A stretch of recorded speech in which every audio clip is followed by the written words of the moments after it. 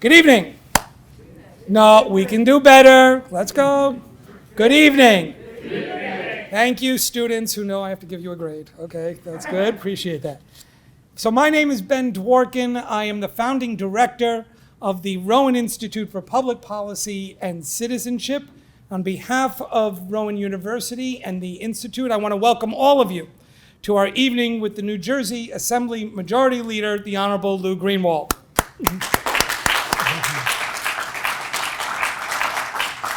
I am thrilled that all of you, so many of you, could join us tonight on this wet night. So thank you for braving the roads and being here.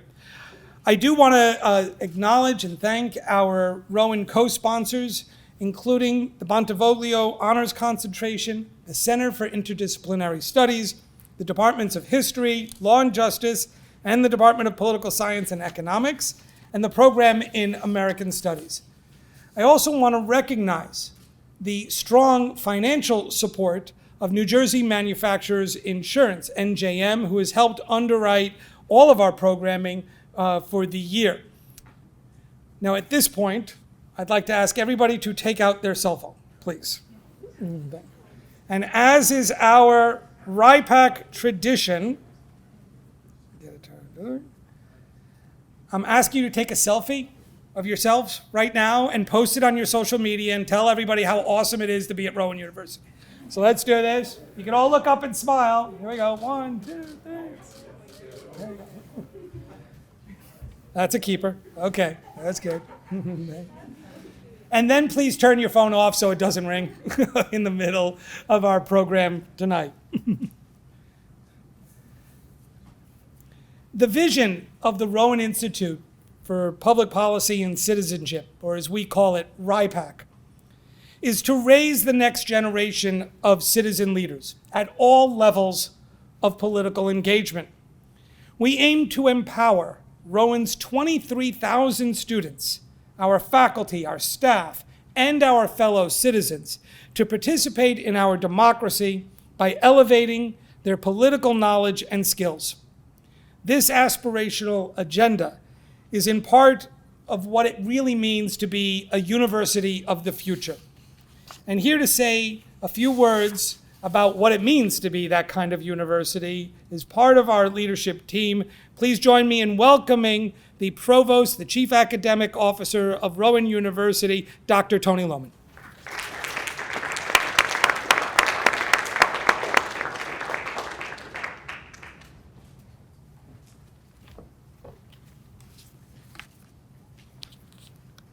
It'll hear you. You don't need to. It's kind of low for me. I speak low anyway. How about that? How about now? Can we hear me all? Okay. Welcome, everybody, to Rowan University tonight. Welcome to our students. How many students? Where are our students in the crowd tonight? Look at this. What a great turnout. How great is it to be back doing these things on campus again? We're glad to have you back. So I want to thank everyone for coming out tonight for our speaker. We have a lot of wonderful, distinguished guests, probably too numerous to name out here in our audience, but I thank you for coming out tonight to see Lou Greenwald speak. I was handed a script, but you know what? You have your biography in there, and I really want to just talk to our audience about the great work that Lou Greenwald has done for South Jersey. He's been a great advocate. A lot of the things, students, that you're seeing here tonight, the things we have on our campus, the offerings we have, are thanks to his leadership and his commitment to us in South Jersey. So thank you for everything you've done. I'm thinking back to just a couple of things in the last year that have made an impact on our university, but also our region. Last year, remember around this time, we were pushing to get everyone vaccinated. And one of the lead sites at the state that first got stood up was Rowan Medicine in Stratford. And this was thanks to Mr. Greenwald's effort to get Rowan involved with the vaccination site, putting his trust in us and vaccinating and saving thousands of lives in South Jersey. So without his work, that would have never happened. So thank you.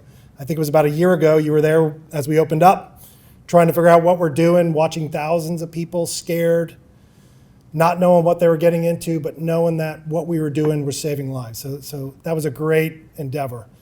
And the other that comes to mind is our nationally recognized CARES Institute that serves hundreds, if not thousands, of abused children in our region. And with his efforts at the State Assembly and making sure that that program has the resources to serve children in South Jersey has truly been phenomenal.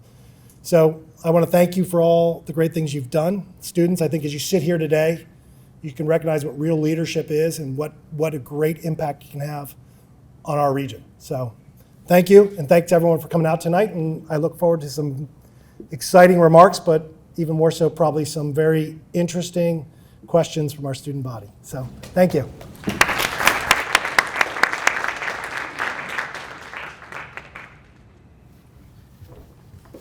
Thank you, Dr. Lohman. Here's how tonight's program is going to work. I am about to invite up a Rowan student who will introduce the majority leader.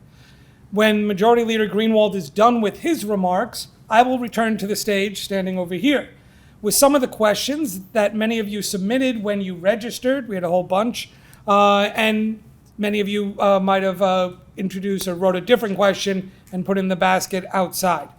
And so I'll ask some of those questions of the majority leader so that he can respond and by standing here in front of everybody. So please join me in now welcoming to the stage from the Rowan University class of 2022, Michael Zupko.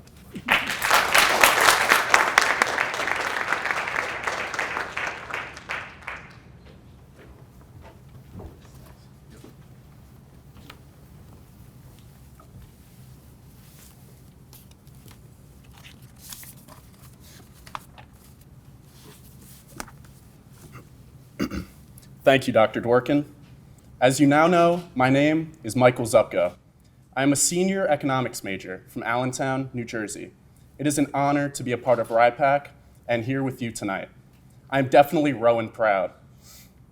New Jersey Assembly Majority Leader Lou Greenwald graduated with a degree in political science from Moravian University and then received his JD from Seton Hall Law School. Majority Leader Greenwald was first elected to the Assembly in 1995. In 2012, his peers elected him Majority Leader. This came after serving for nearly a decade as the chair of the Budget Committee. For more than a quarter century, Majority Leader Greenwald has been at the forefront of issues affecting us all, from auto insurance to healthcare. And on a more personal note, Majority Leader Greenwald shares something in common. Both of our mothers were teachers. And so I understand what it means to be raised by someone who doesn't stop teaching when the school bell rings. The majority leader has often spoken about how much he learned from his beloved mother, a woman taken from this world far too soon. Like me, he learned the value of public service, and he has lived with that focus for his entire life. As I prepare to enter the working world following graduation, I hope to live that same kind of life. Fellow students, honored guests, ladies and gentlemen, please welcome New Jersey's Assembly Majority Leader, the Honorable Lou Greenwald.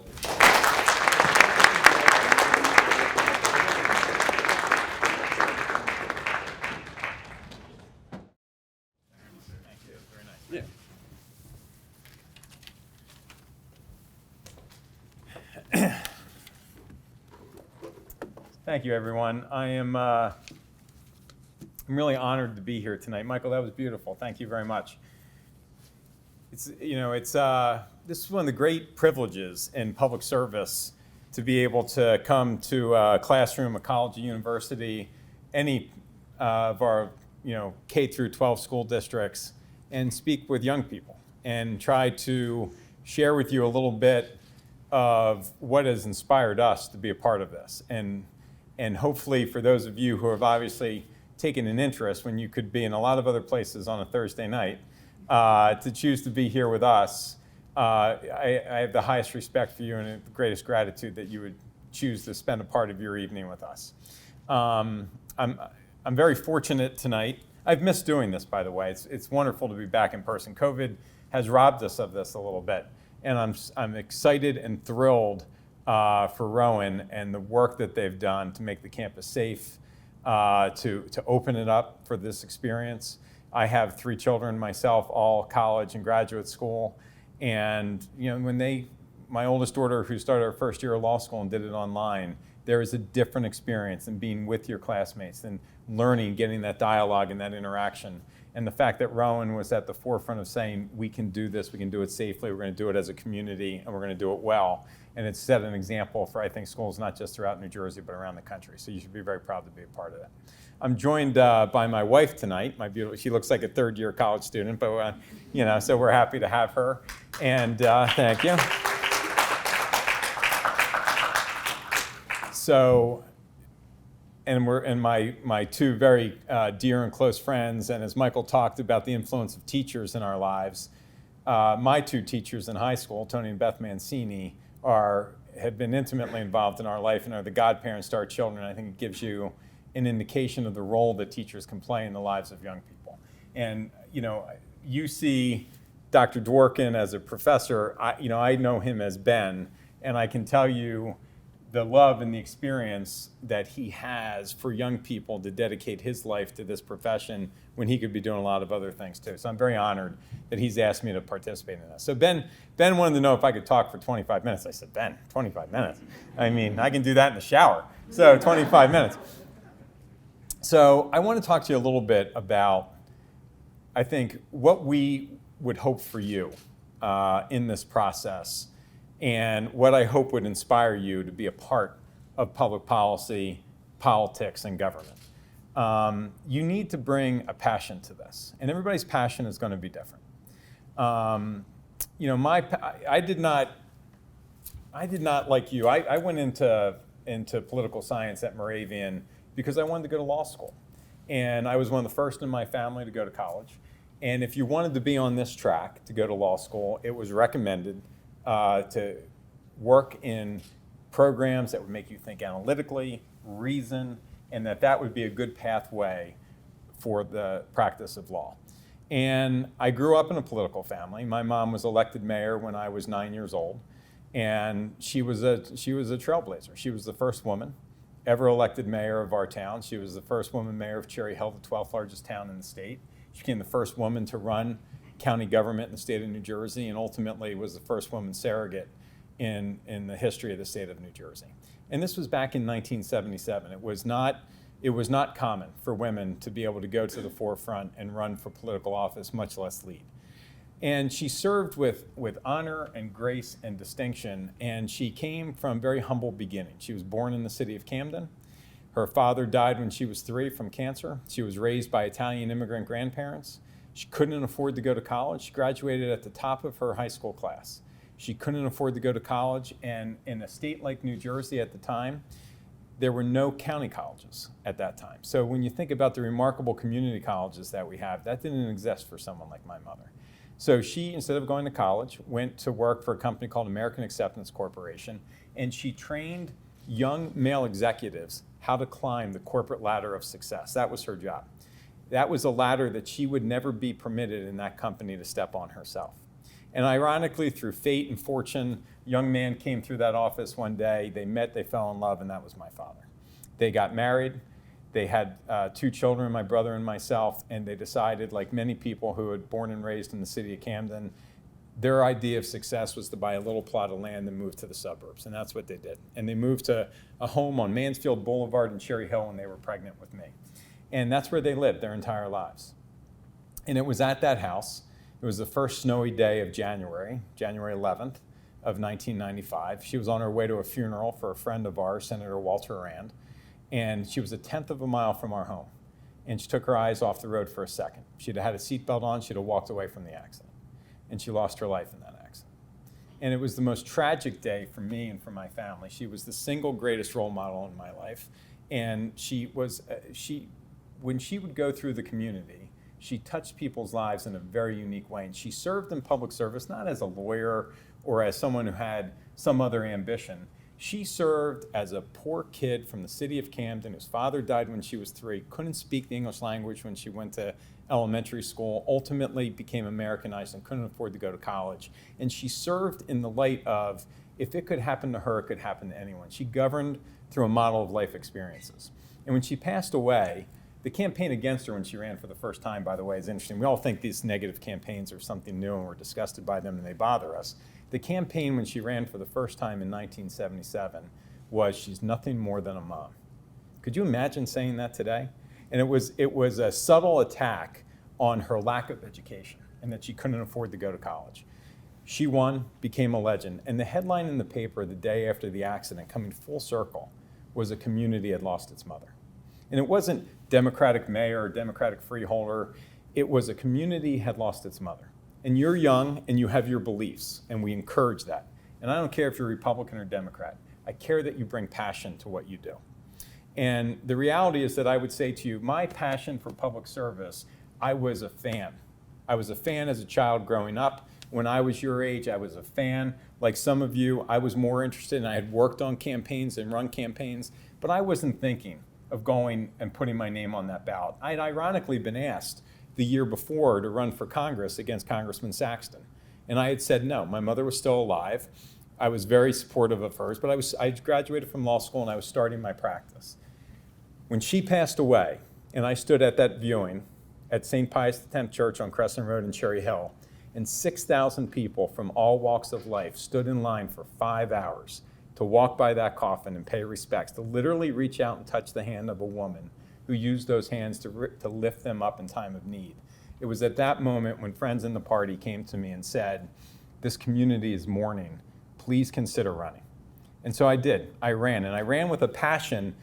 I was mourning, the community was mourning, but I knocked on over 10,000 doors.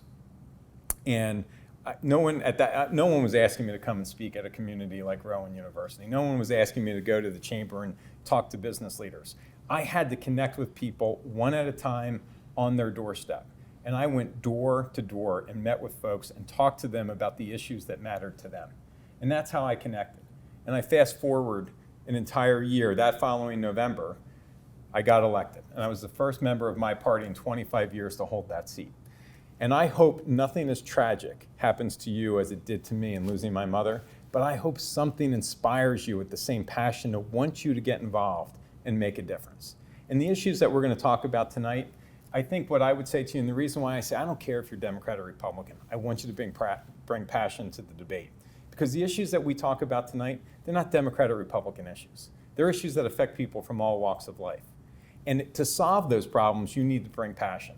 And I think what troubles me the most about public service and politics today, and why I continue to do this and come meet with folks like you and try to set you on a path to understand what I think is a model of success to be successful in this business. If you have asked me to come here and you think that I've done something that has been successful, or that I am recognized by people around the state, or a university like yours that says that this is someone who's been successful at this business, it is having an open mind and not believing that I have all the solutions to everybody's problems, but by together, working with people, listening to people, be a good listener, think critically. Don't assume that you know what you don't know, and take in other people's ideas, because if you approach problems with the concept and the idea that we know what the problem is, it's easy to identify the problem. It's hard to identify solutions. Everybody can tell you what's wrong. Everybody loves to complain. Not everybody's willing to roll up their sleeves and figure out how you solve those problems. And let me tell you something, we have plenty, but we're not alone. And the reality is, if you're willing to work hard, if you're willing to be open-minded, if you're willing to work across party lines, you can solve, there's no problem that you can't solve. There's not a single problem in this state that is not solvable if people are willing to work together. I'm going to give you some examples of that. And one of the things that Professor Dworkin asked me to talk to you about tonight are issues that are present today in New Jersey. And I'm going to tell you that the most important issue that's present today in New Jersey, it only happens once a decade, happens once every 10 years, and it's redistricting. And you're going to see a lot about redistricting in the news from states around the country. And I will tell you that we don't talk about this much, and it's easy for me to say because I was on the redistricting committee 20 years ago, and I lent advice as a consultant 10 years ago, and being asked to come in again now this year. New Jersey has the best redistricting program in the country. Now, not many people know that, but when you watch other states and how they are gerrymandered in a negative way, New Jersey's system has created a map that reacts and reflects the will of the voters. And in preparing for tonight, some of our staff prepared some comments.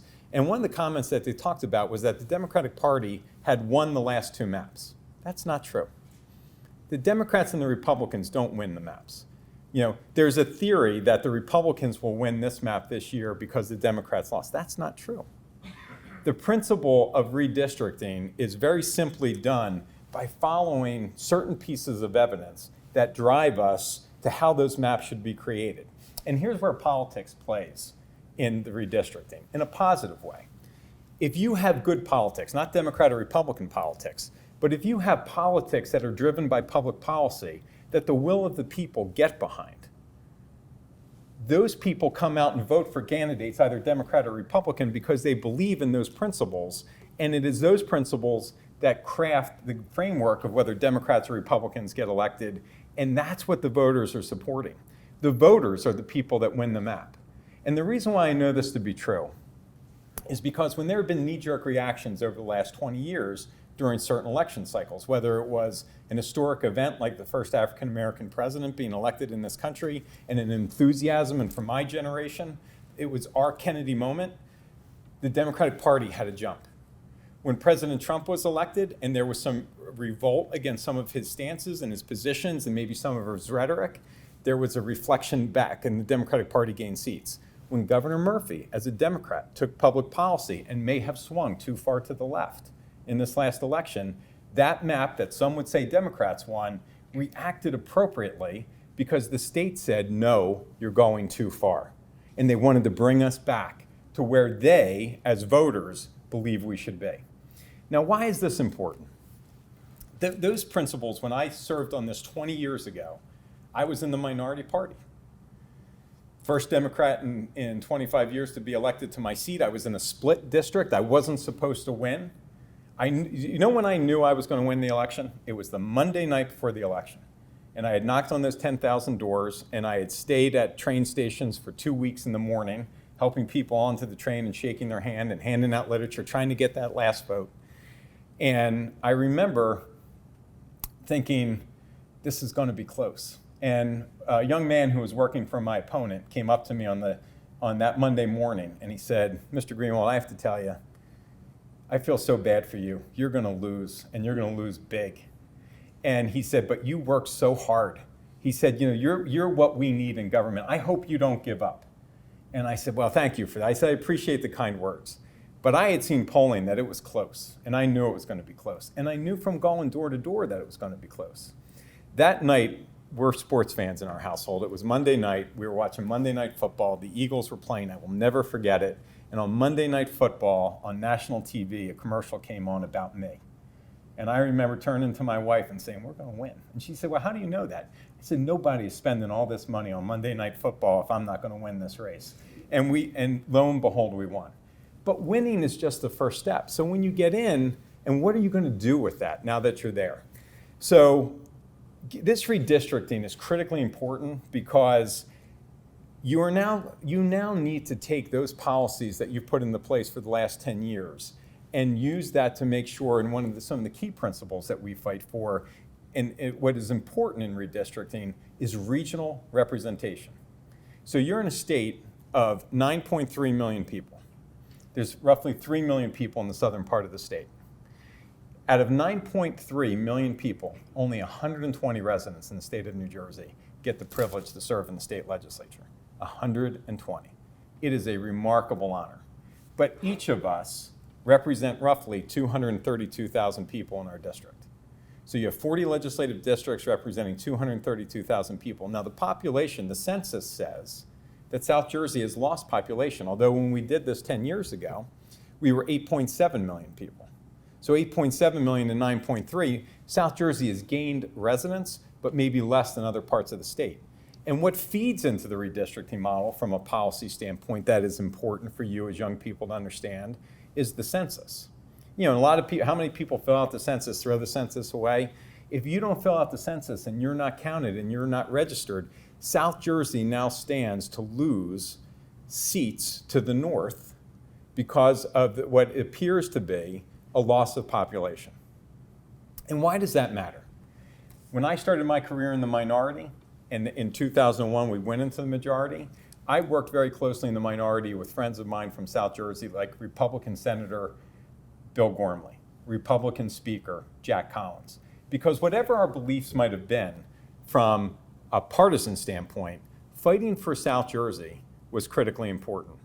And when governors elected, Governor McGreevey and then Governor Christie, a Democrat and a Republican, elected to eliminate a reciprocity agreement with Pennsylvania, that meant 180,000 New Jersey households were going to pay more in income tax by doing away with that.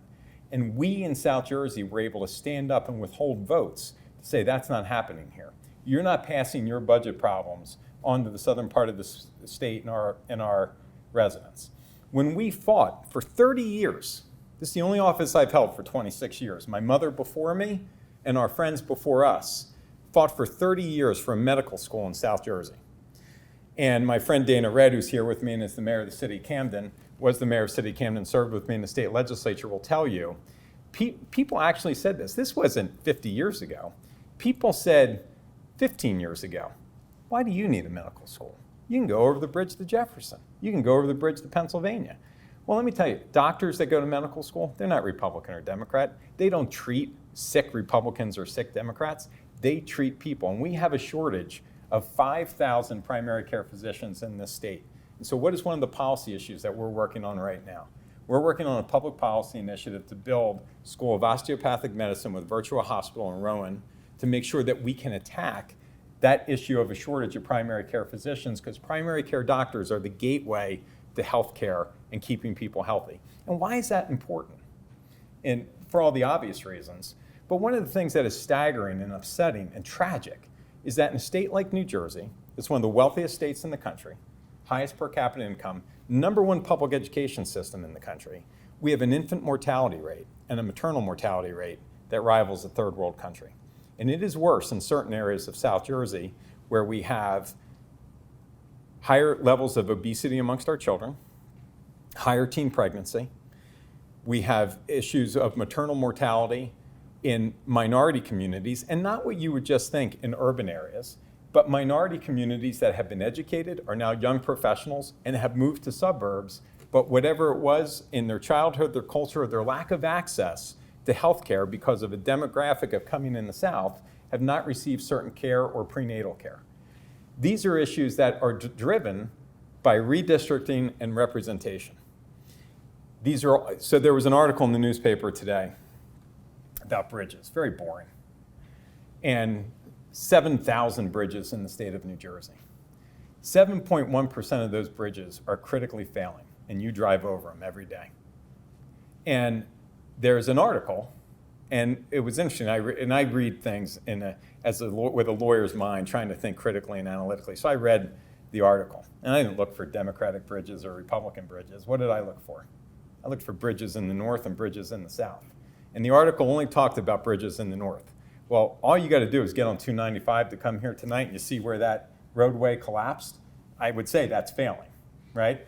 And we just worked in a bipartisan effort with our congressional delegation to get federal funding for infrastructure development. And one of the things that we are going to fight for is to make sure that South Jersey gets their fair share. So now within the Democratic Party, you have partisan divides, and then you have divides within your own party. Well, recently, some of you, I'm sure, have read this because you guys are, like us, political animals. Our friend from South Jersey, the representative for the geographical region for South Jersey, Steve Sweeney, who represented this region, was removed from the Redistricting Committee.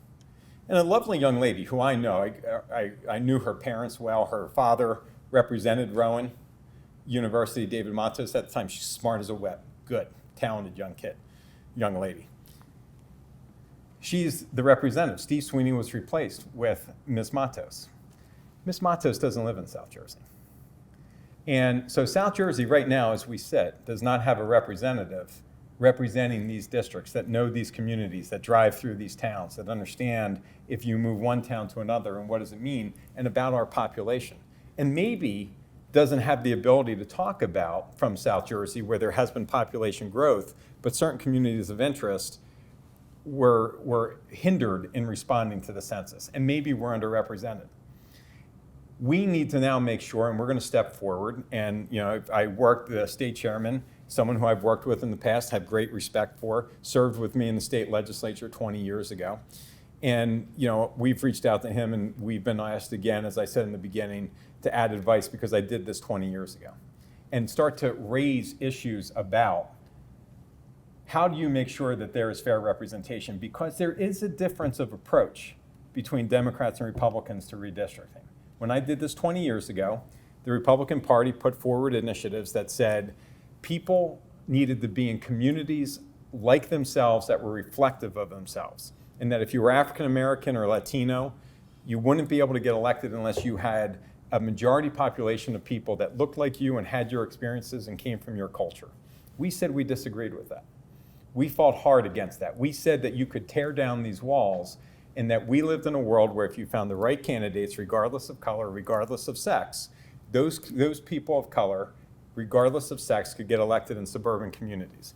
And whether it was Dana Red, or whether it was Senator Nilsa Cruz Perez as one of the first Latino senators in the state, whether it was in the 7th Legislative District, where representing Burlington County, where we represented Dr. Herb Conaway and Troy Singleton as African Americans, and a female candidate in Carol Murphy, we showed that we could tear down barriers and that good candidates with good ideas, regardless of party, could win in communities as long as it was balanced and fair. In the 4th Legislative District, a young woman by the name of Gabby Mascara, Latino, would have been a DREAM Act kid if came to this country today. She is by every definition a DREAM Act child. She's Latino. She has a population of less than 2% Latinos, and she gets elected to the New Jersey General Assembly because she's right on the policy for her district.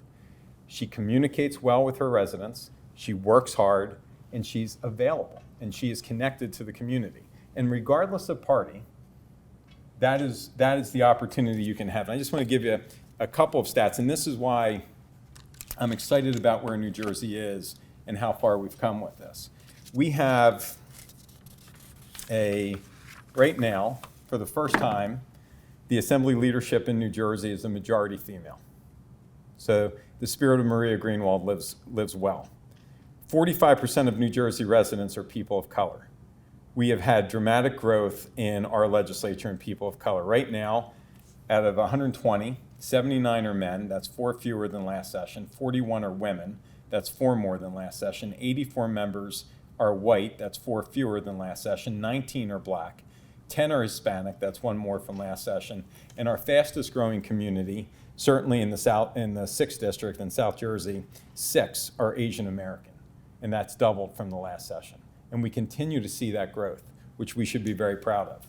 And that is reflective of the work that this map does. And last session in the Assembly, there were 52 Democratic members, but after a reaction to certain policies from Governor Murphy, not that the Democrats lost the majority, the Governor Murphy got reelected, but the Democrats went from 52 seats to 46. It was a reaction back.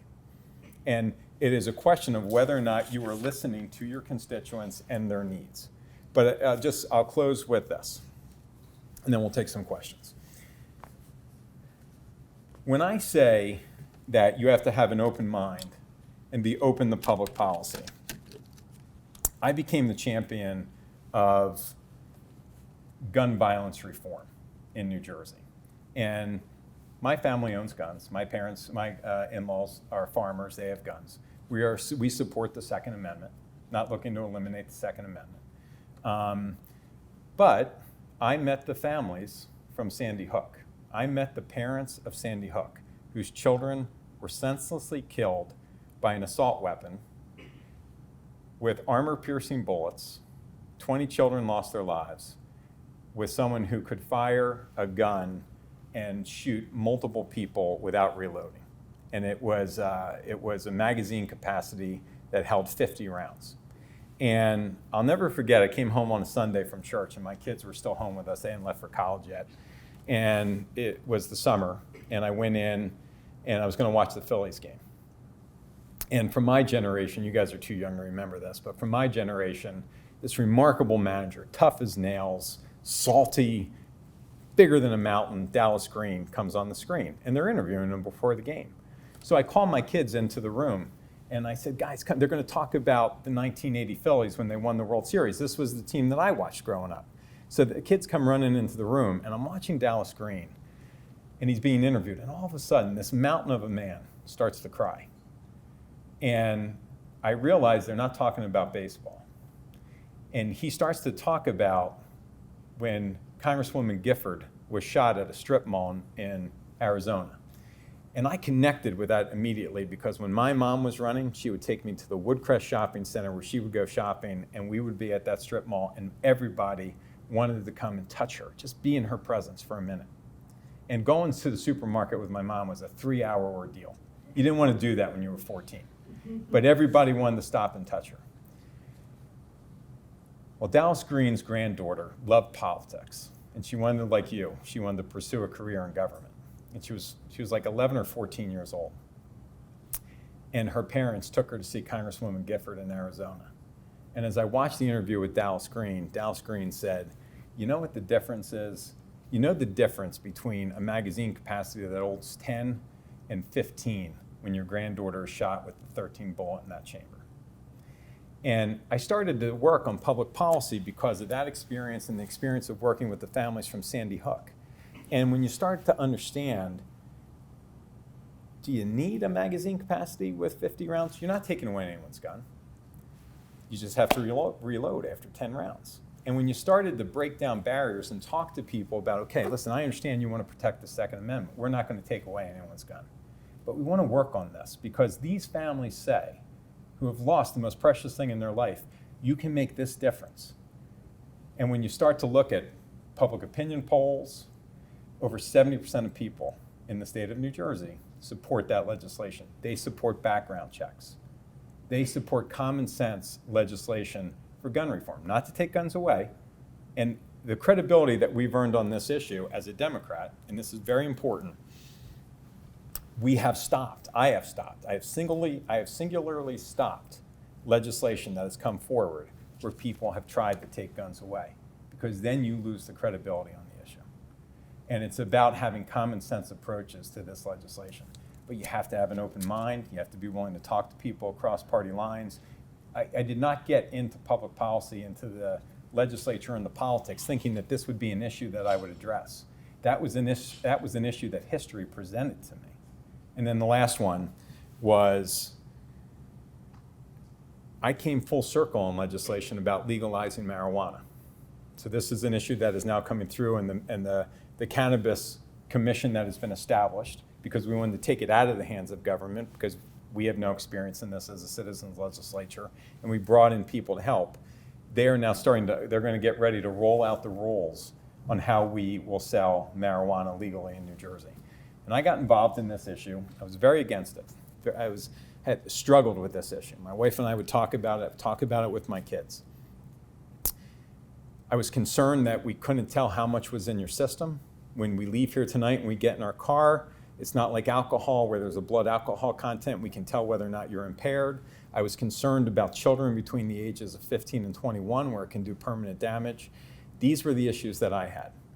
So I went in with an open mind. Some of my friends were representing the groups that wanted to legalize marijuana. And we talked about the same impact that marijuana had on the brain as alcohol did. And I said, okay, well, let's check that box. And then we started to talk about how we would train police and not get into issues of racial profiling that we've dealt with over our career here in New Jersey, but how we would use proper training to determine whether or not someone had been impaired while they were getting behind the wheel. So we checked off that box with a lot of work. We went to Colorado, we went to Denver. And this was a funny stat, but a troubling stat to me. The issue, auto accidents went up after they legalized marijuana in Colorado. Road rage went down, for whatever that's worth. So that was an interesting statistic that I thought. But ultimately, why I got behind legalizing marijuana was because we had a friend who played baseball with our son, whose older brother became addicted to opioids after he was exposed to painkillers after having a wisdom teeth pulled. And he battled addiction for a while. And he was clean and sober for 3 years. And he relapsed one day. He didn't relapse hard. He went and he bought marijuana illegally on the black market off the street. And it was laced with fentanyl. And he died. He woke up the next morning, his parents woke up, went down to the family room, and he was dead in the rec room.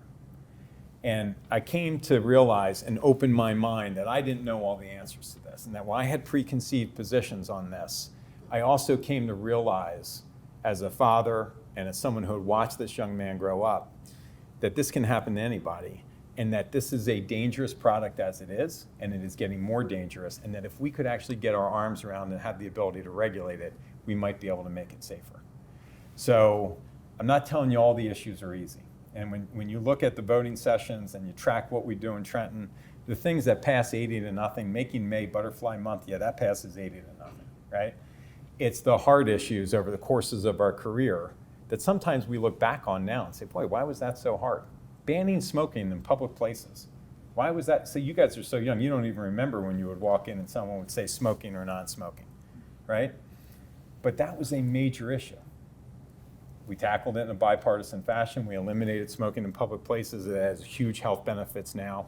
And we don't even think about those things anymore. And we will get there with these other issues, and you can solve these problems. But no one party has a monopoly on good ideas. No individual has a monopoly on good ideas. And the best public policy is the policy that we've done together. So thank you very much. I'm very honored to be here.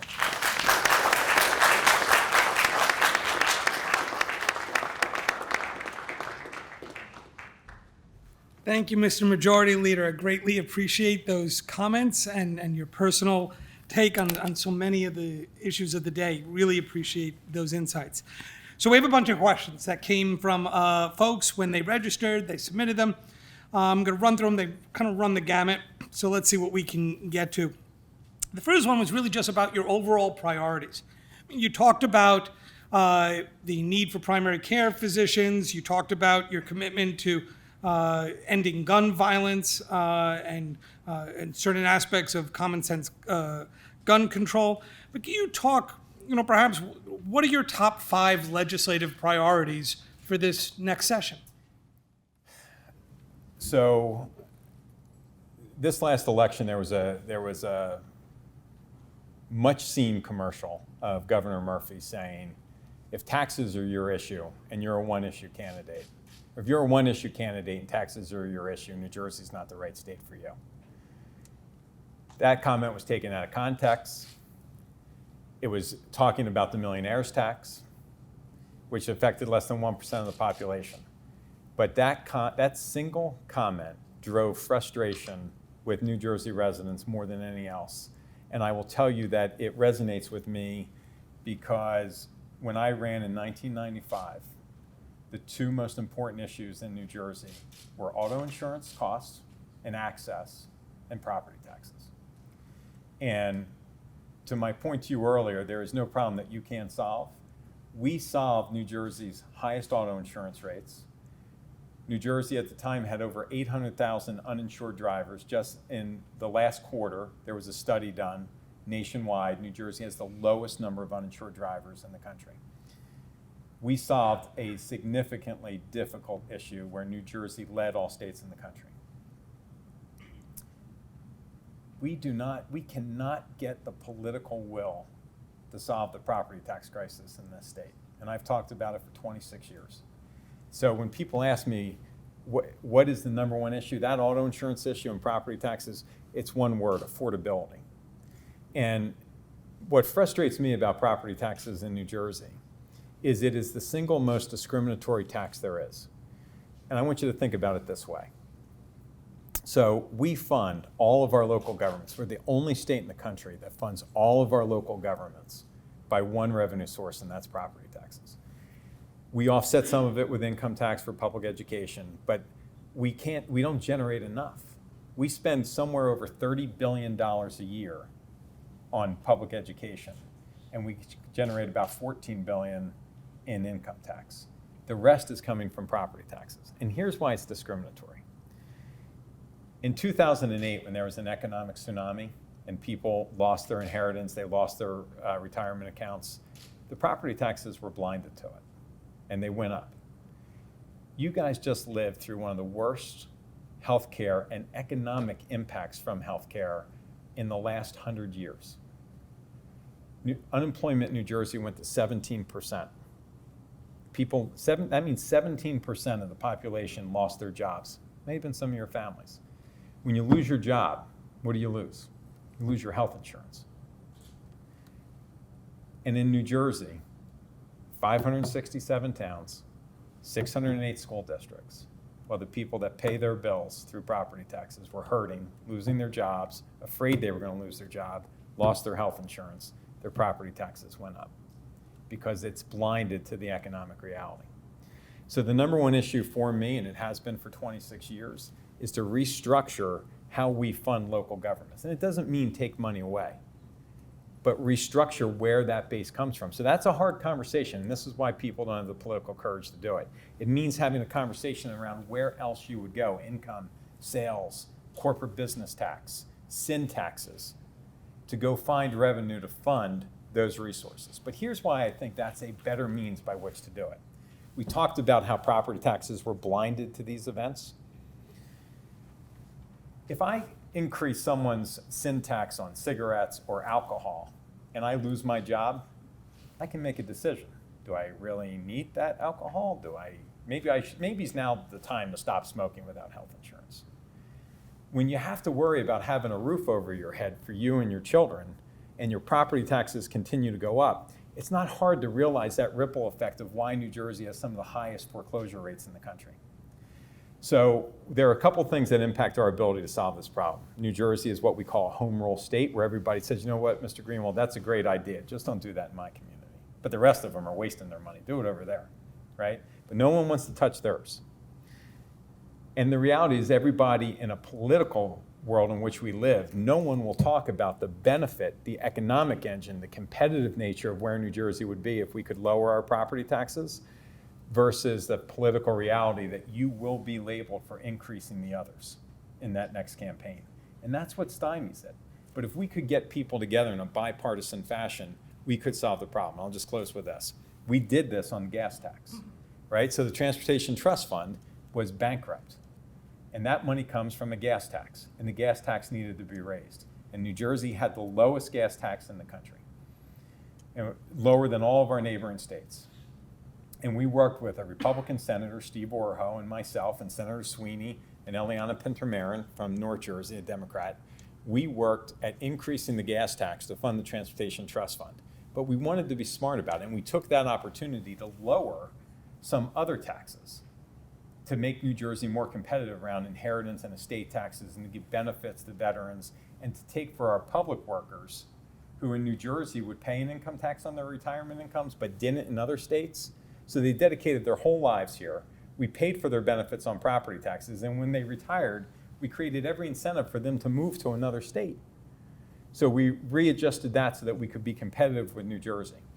When we had the problem with the Transportation Trust Fund, we had a D- rating for our roads and bridges by the National Engineer Society in the country. After we fixed it, we've gone up to a C. It takes a long time to make those improvements. But if you could solve that problem and get bipartisan support, you can do it on property tax. Let me follow up on property taxes, because one of the questions that was kind of interesting that came here was dealing with it not necessarily from a statewide perspective, but allowing municipalities to have some flexibility in how they generate money. So the question was really to reduce and not just manage local property taxes. One idea that has been floated periodically is to allow municipalities to generate their own revenue through an income tax in their own town, sales tax, their own sales tax that just goes to them, or some kind of alternative tax. And the idea would be to make this revenue neutral for the town. So whatever gets raised by this alternative tax reduces the local property tax by the same amount. What's your take on this idea, allowing towns sort of that kind of flexibility? Is this something that should be done?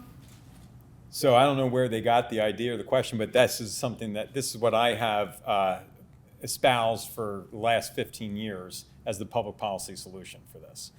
So I don't know, my wife and I, when we were younger, the real estate industry hated us because we would go through every open house, right? And we weren't going to buy a house, but we were going through open houses to get ideas for what to do with our house.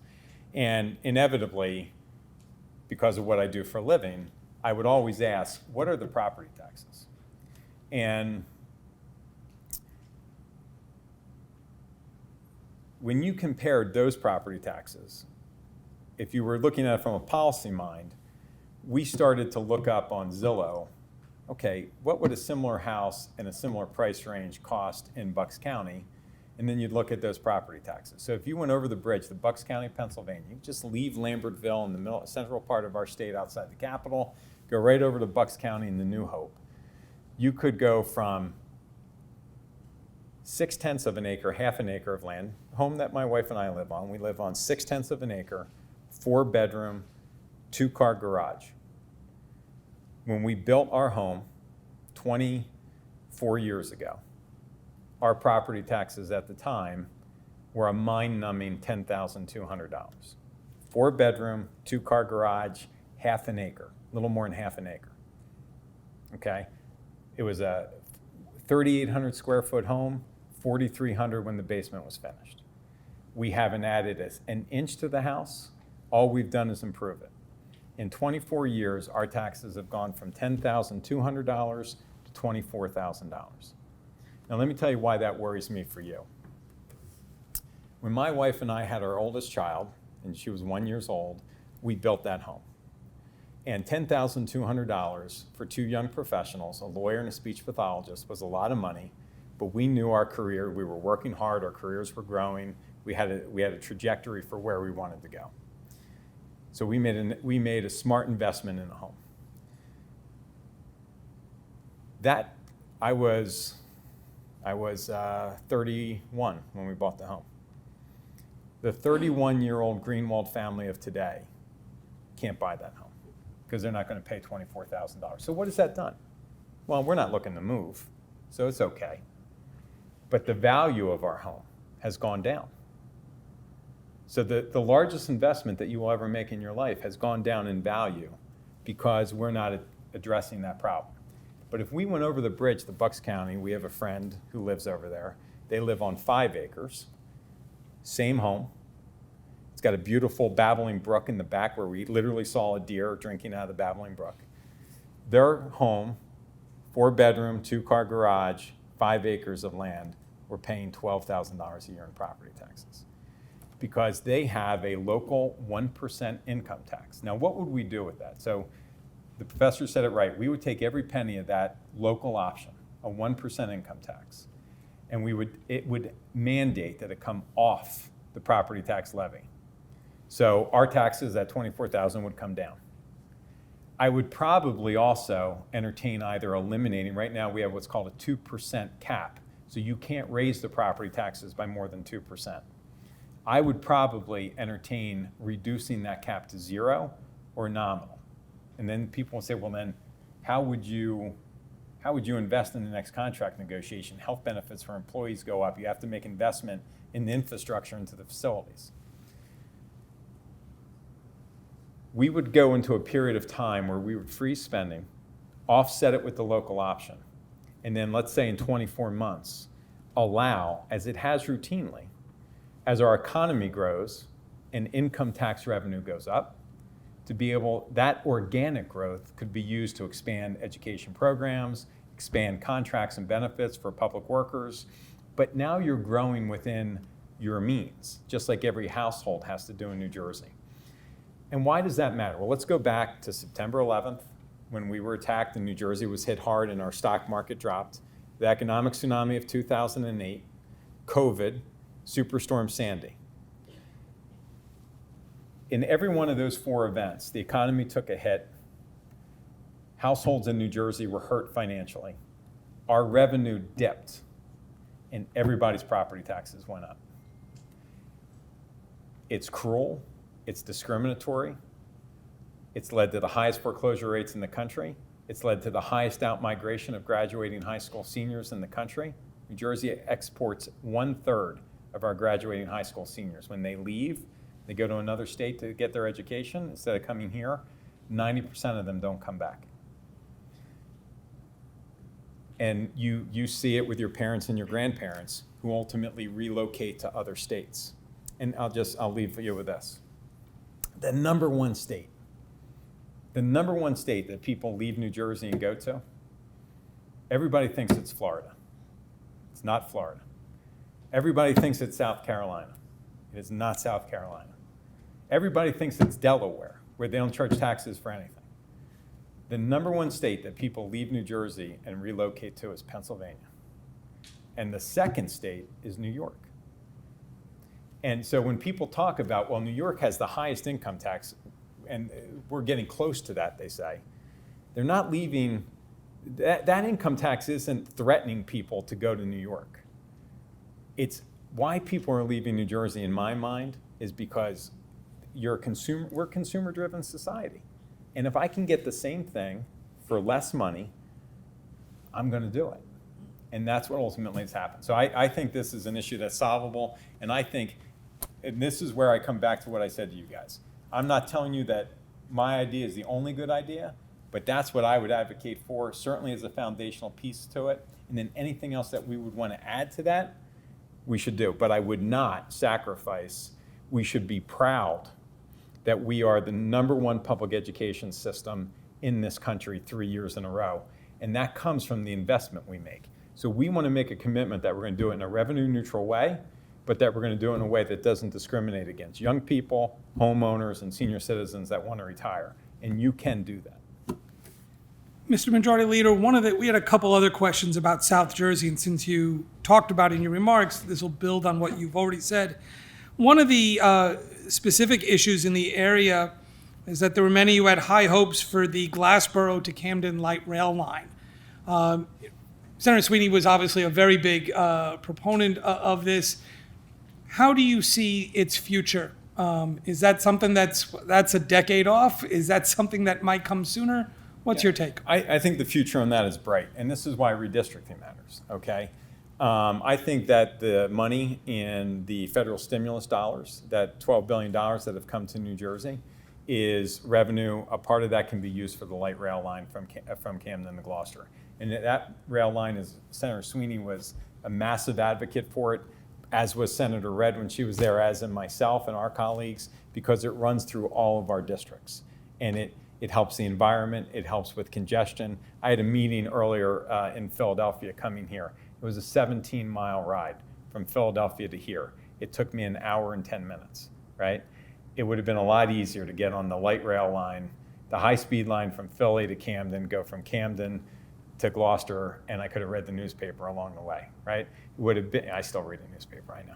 So that, I would say to you that that's important. But you know, whether it's infrastructure, I want you to understand where you guys live, right?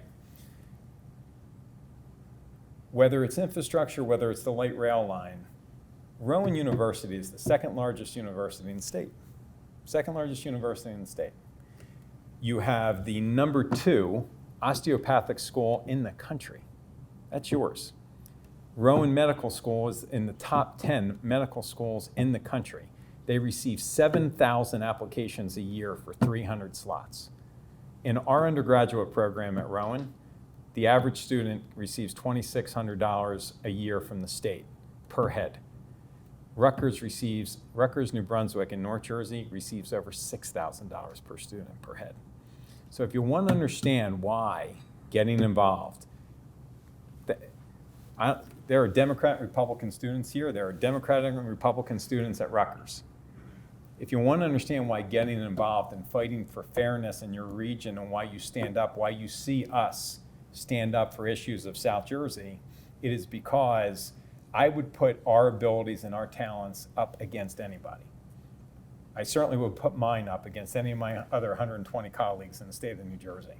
I don't think because we come from South Jersey, I should be paid 40% less than someone from the northern part of the state. So whether it's infrastructure or your education or the investment in these schools, there should be a balance. There should be a fairness test, and it should be based on outcomes too. If you're outperforming people from other regions of the state, the money should come to where the outcomes are being performed. We've got about 10 minutes more, so just want to run through a couple final things here. We had several questions about the pandemic. And just, they came in two parts, so maybe I'm going to ask it together. One was sort of what's happening right now. Are there things we should be changing that you would advocate to the governor, to the Department of Health? We should be doing something differently today.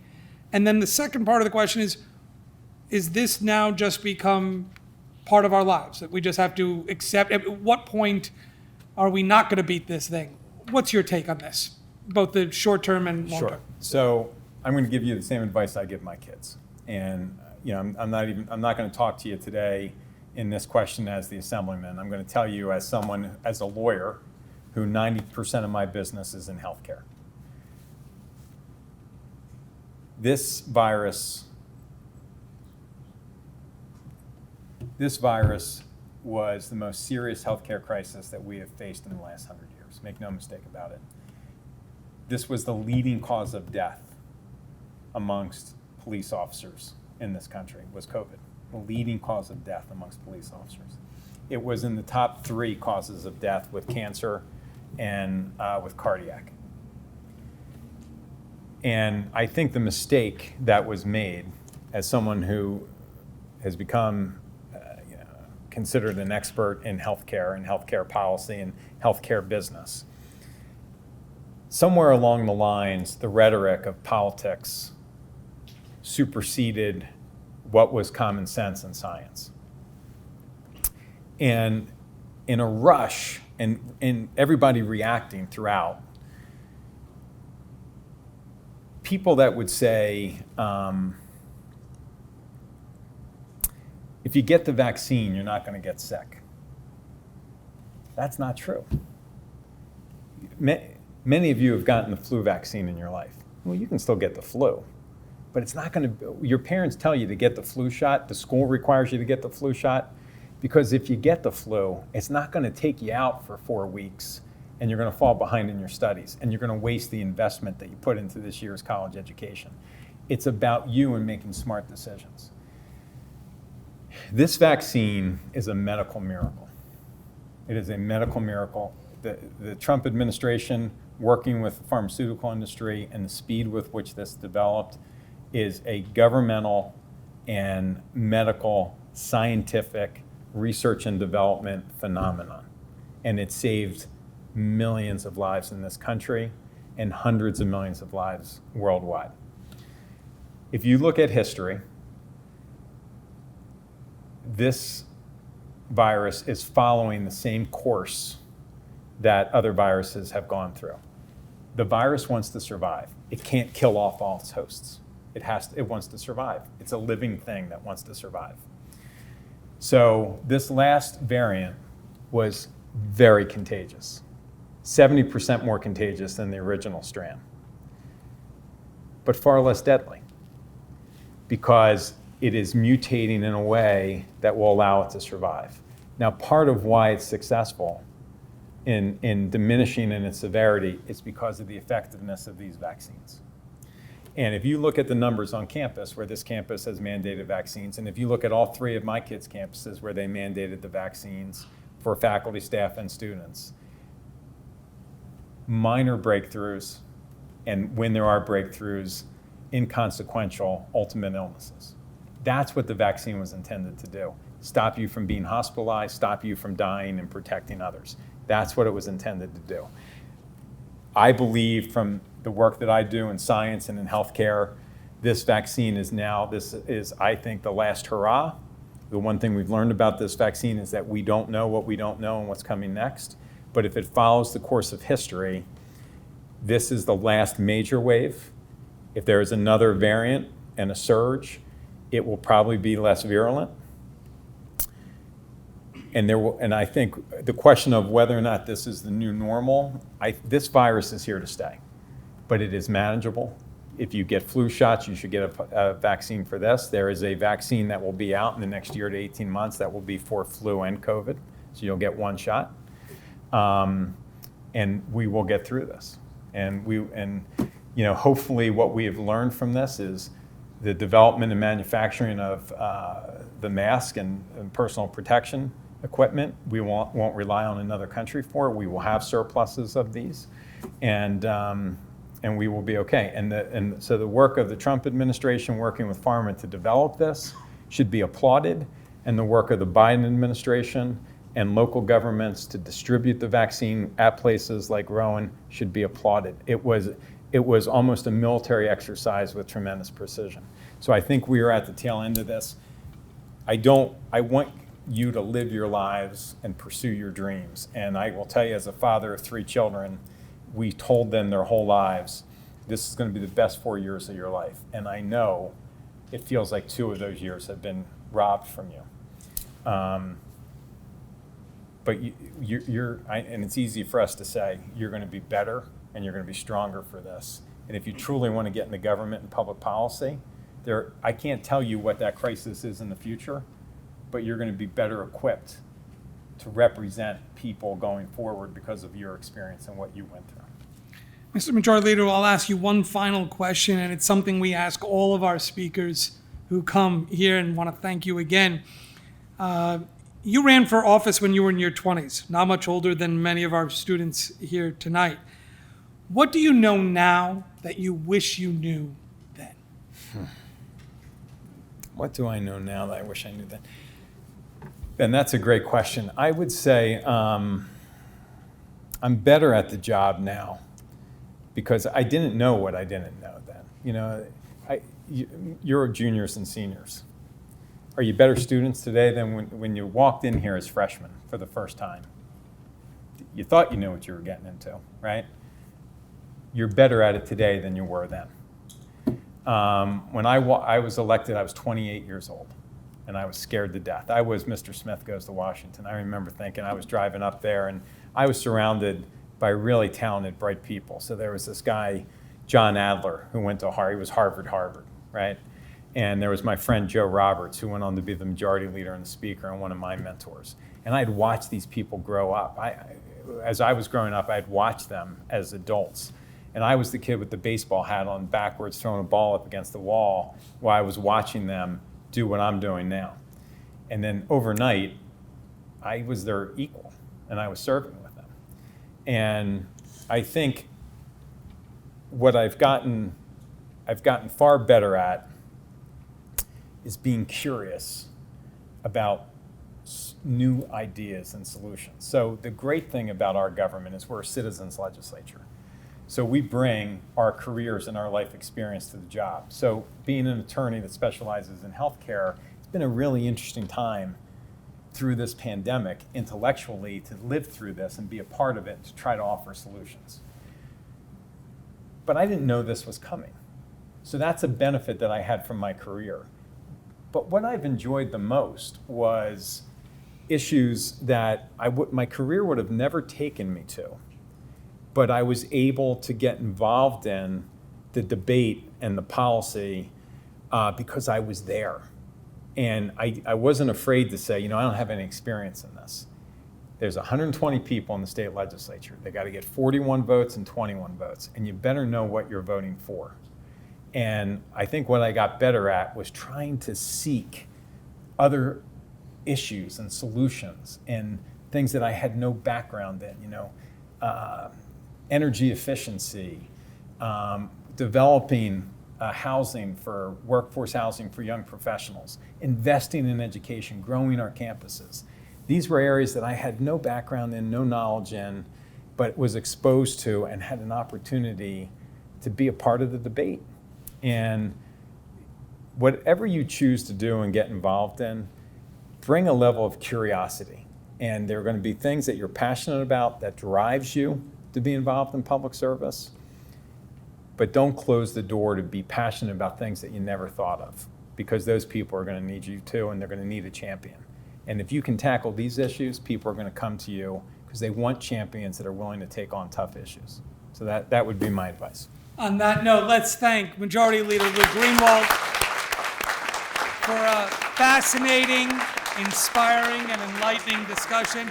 I want to thank all of you for coming out tonight. We will be having several more events. You will start getting our emails and you'll start hearing about them. We look forward to having you again. Thank you for coming to Rowan. Everyone drive safely getting home. Thank you.